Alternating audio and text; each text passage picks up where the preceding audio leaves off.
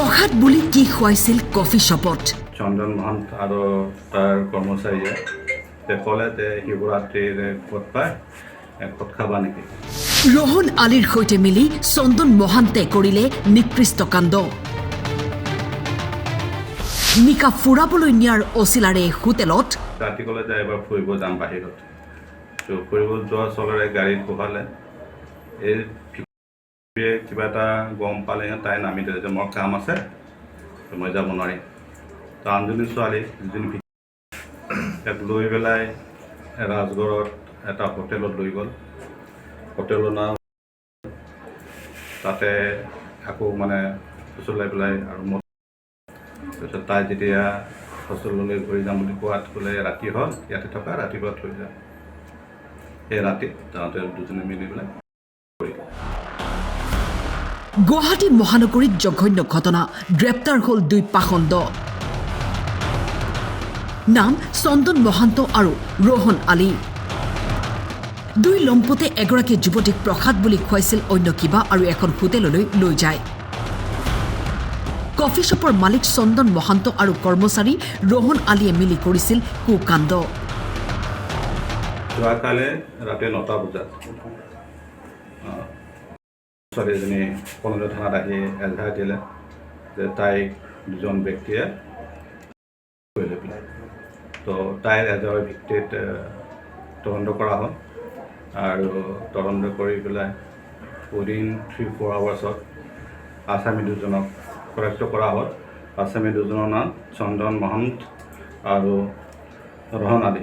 চন্দন মহন্ত হ'ল বুলি এটা কফি শ্বপ আছে ABC তাৰ মালিক আৰু ৰহন আলী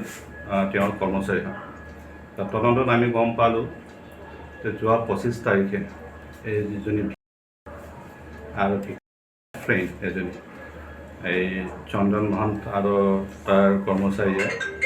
ক'লে যে শিৱৰাত্ৰিৰ ক'ত পায় ক'ত খাবা নেকি তেনেহ'লে যে কেতিয়াও খোৱা নাই এবাৰ খাই চাওঁ তেতিয়াহ'লে সেই ক'ত খাম বুলি কৈ পেলাই তাতে কফি শ্বপৰ ওচৰতে ৰুম এটা আছে তাতে বহালে তাৰপিছত ঘৰৰ সলনি খোৱালে ফুচলাই পেলাই ৰাতি ক'লে যে এবাৰ ফুৰিব যাম বাহিৰত তো ফুৰিব যোৱা চলৰে গাড়ীত বহালে এই কিবা এটা গম পালে তাই নামি দিলে যে মোৰ কাম আছে মই যাব নোৱাৰিম তো আনজনী ছোৱালী যিজনী ইয়াক লৈ পেলাই ৰাজগড়ত এটা হোটেলত লৈ গ'ল হোটেলত তাতে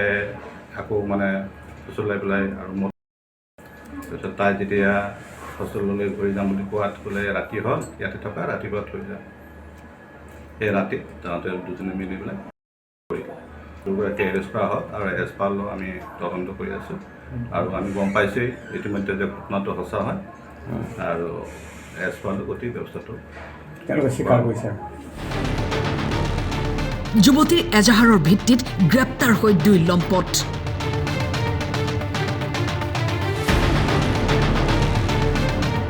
অচিনাকি ঠাইলৈ আহি অচিনাকি লোকৰ সৈতে সহজেই বন্ধুত্ব গঢ়াৰ আগতে সাৱধান কোনে কি উদ্দেশ্যৰে বন্ধুত্ব গঢ়িব পাৰে কোনেও নাজানে এতিয়া গাঁৱৰ পৰা ছোৱালীবোৰ আহে ইয়াতে মানুহবোৰতো তেওঁলোকে গুড ইণ্টেনশ্যনতে কাৰোবালৈ চিনাকি হয় তাতে ল'ব চেষ্টা কৰে হয় তাতে তেওঁলোকে গুৱাহাটীতে থাকে আৰু মেইন কালপিতজন তাত কফি শ্বপ এটা আছে কফি শ্বপটো চলে আৰু আনজন কৰ্মচাৰী হয়